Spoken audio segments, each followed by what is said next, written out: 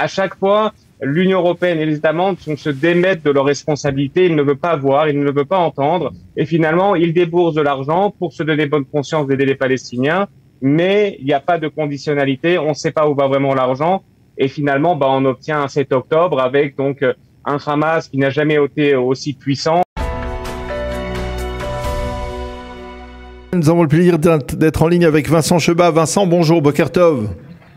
Boker Tov, Daniel. Merci d'être avec nous ce matin. Nous vous avons sollicité, en fait, on s'était parlé la semaine dernière après le discours d'Ursula von der Leyen au Parlement européen à Strasbourg, un discours qui était entre autres consacré à Israël et qui, d'une certaine manière, évoquait, on va dire, certains aspects, on va dire, de la crise entre l'Union européenne et l'État d'Israël. Et en particulier, Ursula von der Leyen avait avancé la formation d'un groupe de donations pour venir en aide à la cause palestinienne, à l'autorité palestinienne, ou en tout cas peut-être même aussi donc au Hamas, ou en tout cas à la population gazaouite dans la bande de Gaza.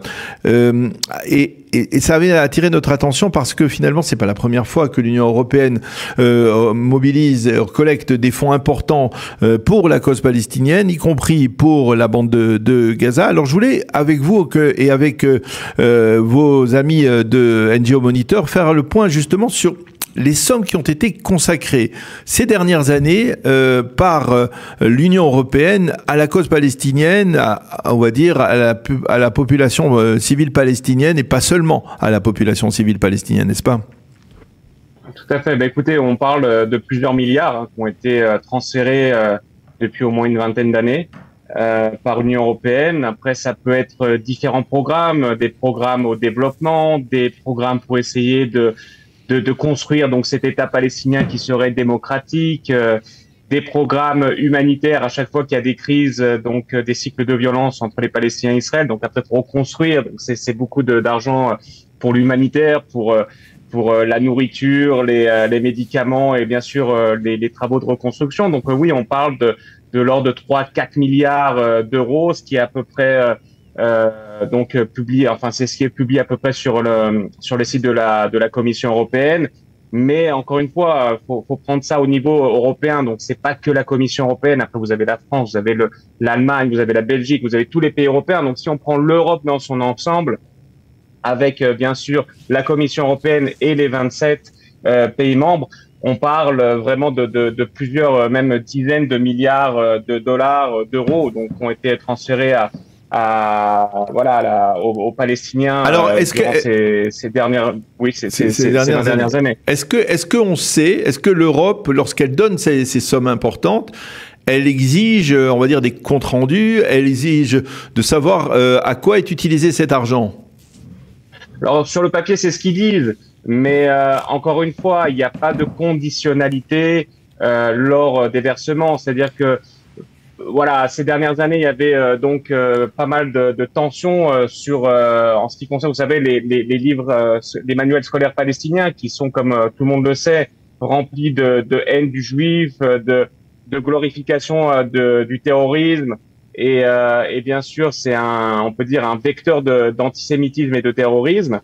Et à chaque fois, l'Union européenne se contente uniquement donc de promesses de l'autorité palestinienne de changer ce curriculum, et jamais c'est fait dans les faits. Donc, et pourtant, la Commission européenne et les États membres de l'Union européenne continuent de verser de l'argent. Donc ça, c'est une chose. Il n'y a pas vraiment de conditionnalité. On peut le voir aussi, par exemple, avec le programme de Pay for Slave. Vous connaissez ce programme où justement l'autorité palestinienne rémunère les terroristes qui ont commis des attentats en Israël et qui ont ôté même la vie à certains Israéliens. Comme vous le savez, plus le terroriste palestinien a tué donc d'Israéliens, plus il reçoit d'argent. Ça, encore une fois, il n'y a pas de conditionnalité pour arrêter ce programme qui encourage le terrorisme. Et bien sûr, après, pour vérifier vraiment où vont l'argent, comment cet argent est déboursé sur le terrain, c'est encore une fois beaucoup de blabla, parce qu'il y a personne vraiment qui peut vérifier exactement ce qui est fait et par qui c'est utilisé. Comme on le sait, par exemple, on avait vu des images de Tsahal qui avaient été publiées donc au tout début du mois d'octobre, donc juste après le 7 octobre, on voyait donc les pipelines, on peut dire oui, les pipelines d'eau qui avaient été donc financés par l'Union européenne et d'autres États membres qui étaient utilisés par le Hamas pour construire après donc des roquettes. Vous voyez, bon, l'Union européenne et les États membres ont toujours donc réfuté en disant non mais c'est pas avec notre argent, il s'agit d'autres canalisations d'eau qui ont été donc déterrées pour construire des roquettes, etc. Donc à chaque fois, l'Union européenne et les États membres se démettent de leurs responsabilités, ils ne veulent pas voir, ils ne veulent pas entendre, et finalement ils déboursent de l'argent pour se donner bonne conscience d'aider les Palestiniens, mais il n'y a pas de conditionnalité, on ne sait pas où va vraiment l'argent, et finalement on obtient un 7 octobre avec donc un Hamas qui n'a jamais été aussi puissant, avec des centaines de kilomètres de tunnels qui ont été construits avec du béton blindé. Donc voilà, donc forcément il y a de l'argent qui a été donc pris, volé, des matériaux pour la construction qui ont été détournés pour construire ces tunnels, pour construire donc toute l'infrastructure terroriste. Et ce qui est malheureux, encore une fois, c'est que l'Union européenne et les États membres pointent du doigt Israël. Israël est sur le banc des nations et il n'y a aucune demande vis-à-vis de l'autorité palestinienne, il n'y a pas de pression sur le Hamas et l'argent continue donc d'être transféré sans vraiment aucun regard. Alors, lorsque NGO Monitor ou peut-être d'autres associations ou le gouvernement israélien lui-même se tourne vers l'Union européenne et le place face à ses responsabilités, face à ces évidences de détournement d'argent pour la cause terroriste, qu'est-ce qu'ils répondent, les Européens? On va dire, je suppose qu'il n'y a pas une réponse homogène, mais qu'est-ce qu'ils répondent en général? De manière générale, s'il y a quand même une réponse homogène, c'est qu'il n'y a pas de preuves. Les preuves ne sont pas convaincantes. Les preuves qu'Israël apporte ne sont pas convaincantes. Voilà, c'est généralement ce qui est dit par l'Union européenne. Et lorsque, on va dire, dans certains cas, l'autorité palestinienne, certaines ONG ou d'autres, on va dire, institutions sont donc pris la main dans le sac ou alors sont épinglées pour, par exemple, glorification du terrorisme ou détournement. Alors dans ce cas-là, ils essayent donc d'effacer les preuves au sein de l'Union européenne. On va mais c'est pas grave, on va faire quelque chose et finalement rien n'est fait. Il n'y a aucune sanction qui n'est prise, ni contre l'autorité palestinienne, ni contre les ONG, ni contre aucune institution qui reçoit de l'argent. Je me rappelle, dites-moi si je me trompe, que un pays au moins, peut-être le Danemark, si je ne m'abuse, avait réagi, avait cessé d'envoyer de l'aide économique aux Palestiniens. Je me trompe? Alors, c'est pas que le Danemark. Encore une fois, il y a plusieurs États européens qui ont décidé, donc, de manière ponctuelle, de stopper leur financement aux Palestiniens. C'était en particulier après le 7 octobre. Il y avait eu pas mal d'audits qui avaient été faits par les différents membres de l'Union européenne, y compris de la Commission européenne. Et à chaque fois, au bout de quelques semaines, ils disaient bon, on n'a rien trouvé. Nous avons des mécanismes en place qui permettent de garantir que les fonds ne sont pas détournés au profit du Hamas ou d'autres organisations terroristes, donc on peut continuer de financer. Voilà, donc pour l'Union européenne, leur argent est sûr. Alors, justement, si par exemple l'Union européenne devait, sur les recommandations de Madame van der Leyen, créer un groupe de donations pour reconstruire la bande de Gaza, est-ce que vous avez une idée de ce à quoi cet argent serait utilisé? Alors, oui, encore une fois, on peut imaginer que ça sera essentiellement pour la reconstruction, pour les infrastructures en électricité, en eau, pour essayer de construire des baraquements provisoires et par la suite construire de nouveaux immeubles, de nouvelles maisons, etc.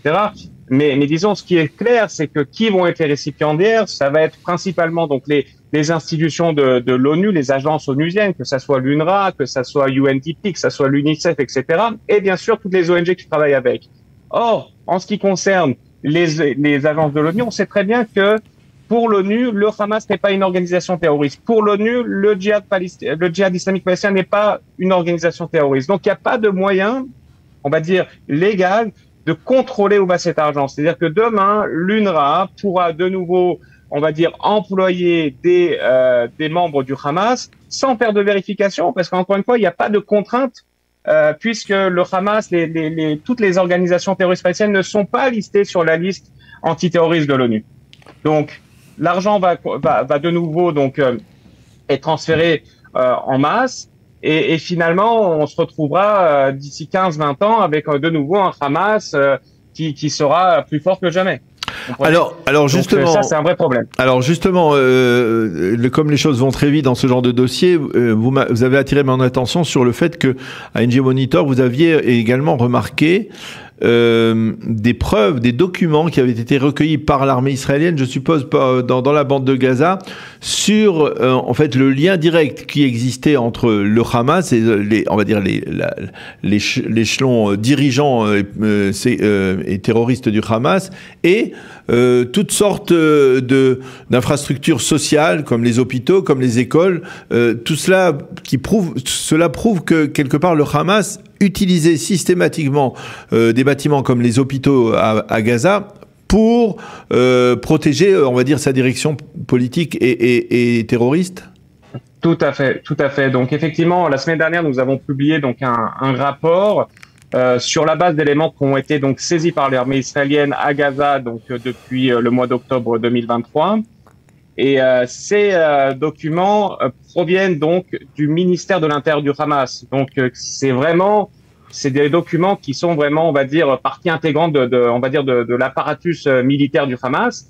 Et dans ces documents, c'est donc écrit noir sur blanc que les hôpitaux sont utilisés de manière systématique par le Hamas pour ces activités terroristes. Alors, on peut voir, par exemple, que noir sur blanc, c'est écrit qu'à chaque fois qu'il y a eu des cycles de violence entre Israël et le Hamas et les autres organisations terroristes palestiniennes, que les hôpitaux ont été utilisés comme des sanctuaires pour les dirigeants aussi bien politiques, mais aussi militaires du Hamas. Donc, même des dirigeants, on va dire, comme Mohamed Daeif, comme Sinoir, etc., ont utilisé des hôpitaux pour se cacher à l'intérieur lors des différents cycles de violence. Ce qui est intéressant aussi, c'est que dans ces documents, on a pu voir que le Hamas, donc le ministère de l'Intérieur du Hamas, listait une vingtaine d'ONG. Donc, on sait très bien que ces ONG travaillent dans ces hôpitaux. Le Hamas essaye de les contrôler, voilà, de leur dire vous allez aller travailler ici et pas là-bas. Pourquoi ici et pas là-bas? Parce que ici, vous savez, on a une pièce du Hamas, donc c'est une sorte de Hamal, une chambre de guerre qui est utilisée à l'intérieur de l'hôpital. Dans ces documents, donc ce qui était intéressant, c'est qu'ils disaient ah oui, vous avez l'organisation donc MSF, Médecins sans frontières, qui sont donc dans une chambre où il y a donc une ligne téléphonique sécurisée qui est utilisé par les brigades des Zending al-Qassam du Hamas. Vous voyez, donc il y a un téléphone rouge dans la chambre dans laquelle MSF travaillait dans un certain hôpital. Donc, encore une fois, ça montre la complicité même des ONG, parce qu'un téléphone rouge, on le voit, on le remarque, et qu'est-ce qui se passe en définitive, c'est que les ONG se sont toujours tues pour dénoncer donc l'utilisation systématique des hôpitaux par le Hamas. Et pire que ça, à chaque fois que Israël a agi contre ces hôpitaux, contre le Hamas qui était à l'intérieur de ces hôpitaux, alors les ONG ont condamné Israël en disant oh non, mais attendez, les hôpitaux, on n'a pas le droit de les toucher, c'est intouchable, etc. Alors qu'on sait très bien que selon le droit de la guerre, lorsque les hôpitaux sont utilisés par les militaires, par donc des organisations terroristes, alors ces hôpitaux sont une cible légitime pour la partie adverse. Et ça montre encore une fois la complicité entre le monde ONG, le Hamas et même certains hôpitaux dans la lutte contre Israël. Et donc, ce qui est intéressant, c'est que ces documents ont été donc écrits, publiés par le Hamas. On les a donc traduits.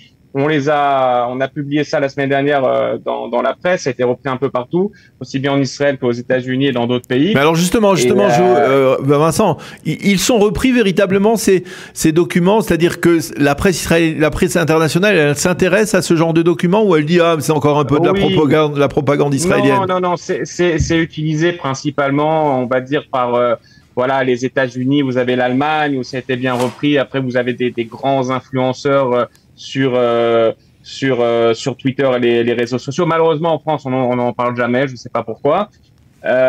Mais c'est quand même repris, on va dire, au moins par les États-Unis et certains gros États, on va dire, amis d'Israël, comme l'Allemagne. Donc, c'est quand même déjà important.